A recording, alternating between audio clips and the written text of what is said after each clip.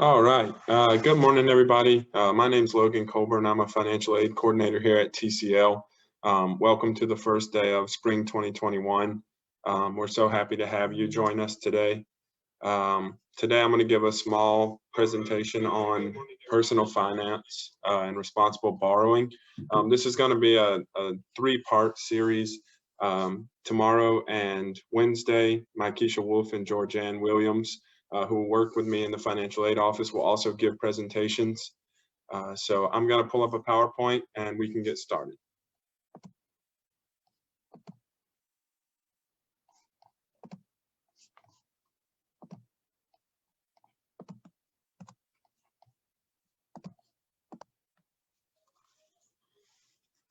So like I said, I'm going to give a small presentation on personal finance and responsible borrowing, especially as a college student. I know how difficult it can be to make ends meet. I've been through it, so I know exactly what it is that you're going through. The components of personal finance that I'm going to be going over, one is personal budgeting. Two is credit score, how to use credit cards to build that, and how to avoid massive errors with those credit cards. Saving and borrowing responsibly, and managing debt. With personal budgeting, the most important thing is to track your spending accurately. Most people nowadays don't keep registers of their ins and outs of banking. They use online apps, but it's super important to have some sort of idea of where your money's coming in, when it's going out. It's super important to identify sources of income, whether that be a job, a scholarship, financial aid, any other income sources. You should determine your fixed and variable costs. Your fixed costs are things that cost the same amount every month. This is usually, rent, car payments. Variable costs, examples of those are typically energy, power bills, things like that go up with usage, down when you use less. You should be able to distinguish between necessities and wants. This is super important as a student, and it'll set you up for success when you do graduate and get ready to move on to your career with your family or whatever it is. Spending tons of money on wants while you're a student can set you up for a tough first few years right out of college. And you should always ensure that you make more than you spend. You don't want to be running on a deficit, because then you end up having to use credit cards or borrowing money that doesn't always have the most friendly repayment. And definitely set goals, whether that be to save, $1,000 by the end of the semester, whether it be to buy a car or, pay down debt. Goals are super important. They should be attainable, and they should have some sort of time frame on them. Tips to decrease spending: make a shopping list and stick to it. Use coupons. Eating out is a huge expense, so cooking at home, bringing your lunch with you to classes, things like that. I know it's so easy to stop at Chick-fil-A on your way to school or the way home, but it is a lot cheaper to cook breakfast at home, pack a lunch, pack a dinner, whatever it is. Definitely shop around and compare prices for large purchases, whether that be cars, phones, books, textbooks, anything. Pay bills on time to avoid late fees. That is a big one, especially with credit cards, which we'll get to later. Interest rates on credit cards are very high. Interest rates on any money you borrow is pretty high if you don't have good credit, if you have no credit. You should take advantage of student discounts. Always ask when you go shopping, hey, do you have a student discount? We have student ID cards. You can use those to show that you are a student and take advantage of those discounts. A credit report. Those contain information about your credit repayment history, status of your accounts. The three major ones are Equifax, Experian, and TransUnion. Creditors, including student loan providers, report information to these bureaus to form your credit report, and this follows you forever. Negative marks on your credit report typically stay there for 7 to 10 years. So a bad decision when you're 18, 19, 20 can be there until you're 30. So it's super important to make good decisions. Don't over borrow. Don't put unnecessary things on borrowed money, credit cards, loans, things like that. A good resource for free is creditkarma.com. You can set up an account on there and view your credit score anytime. Your credit score is generated by an algorithm using information on that credit report. It's kind of like a test grade. The score is to predict your risk for creditors. So the higher your score is, the less risk they see in lending you money. The lower your score is, the higher risk they see for lending you money. People with low credit scores can't borrow money, or they have increased interest rates because of it. The student loans is definitely something that affects this later on. You do not want to get into default and have that negatively impact your credit score. When you go to buy a car or a house, your credit score can affect how much you have to pay for it. To maintain a good credit score, you want to pay bills on time, keep credit card balances low, do those things we talked about to manage your debt, keep expenses down, and do not bounce checks. Only apply for credit if you need it. So if you're purchasing something and you have cash to buy it, don't let a business run your credit if you have the funds to pay for it. To establish credit, you actually can have something called no credit, which basically means there's nothing reported on you.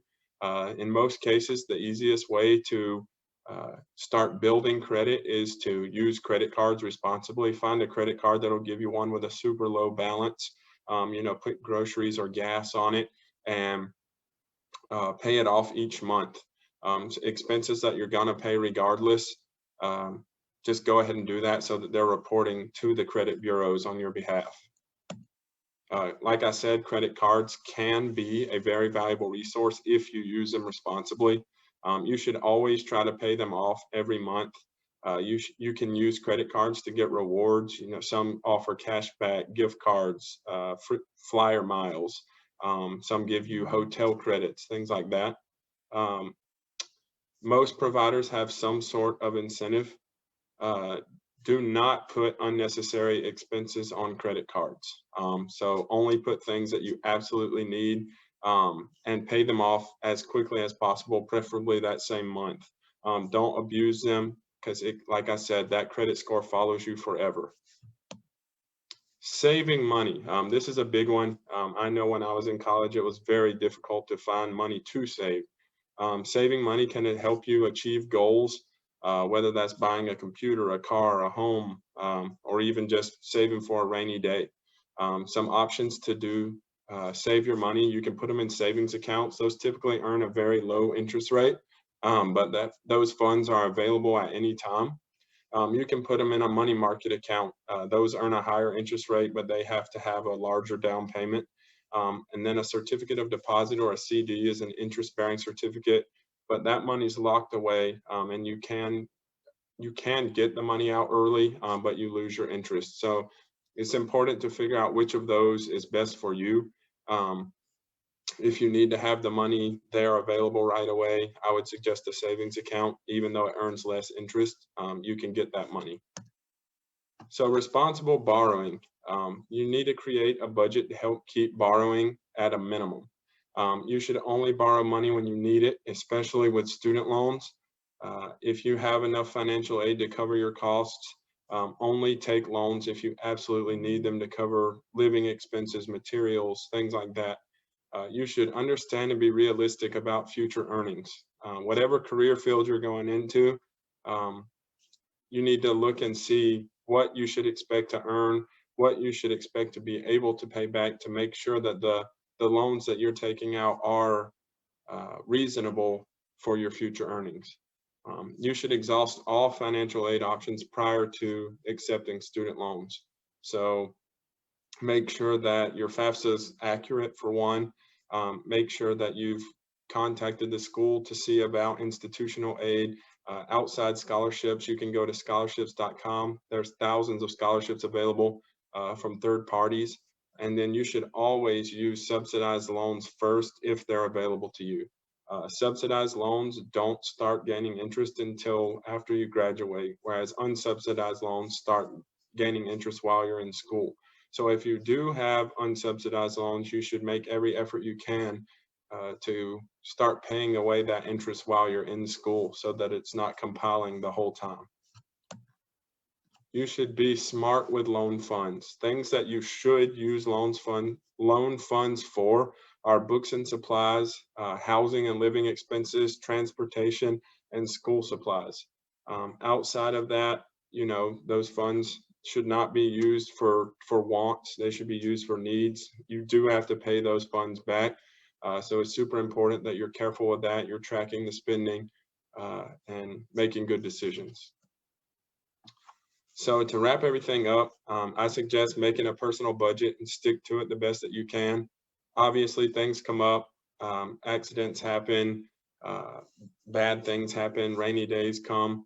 So it's important to try to stick to that budget as best you can, but also be prepared when things do go awry. You should monitor your credit score report. If you do see something on it that you don't recognize, you should contact those companies immediately to get that looked at. They can make or break your future borrowing. So um, low credit scores equal higher interest rates, which equals higher payments on cars, houses, anything else that you finance. You should be super smart with credit cards. Pay them off every month if you can. Only put necessities on them, and use those to build your credit, not ruin it. You should save money for your goals, or you should put money away for a rainy day. And absolutely only borrow what you need. Don't borrow, especially student loans, for things that you want. Use it for your education, use it to get your degree, get out, get a job, and then, start paying those funds back as you can. Our next session is actually tomorrow. Makisha Wolf's going to tell you about the net price and how to choose a school that fits your budget. So we will see you then.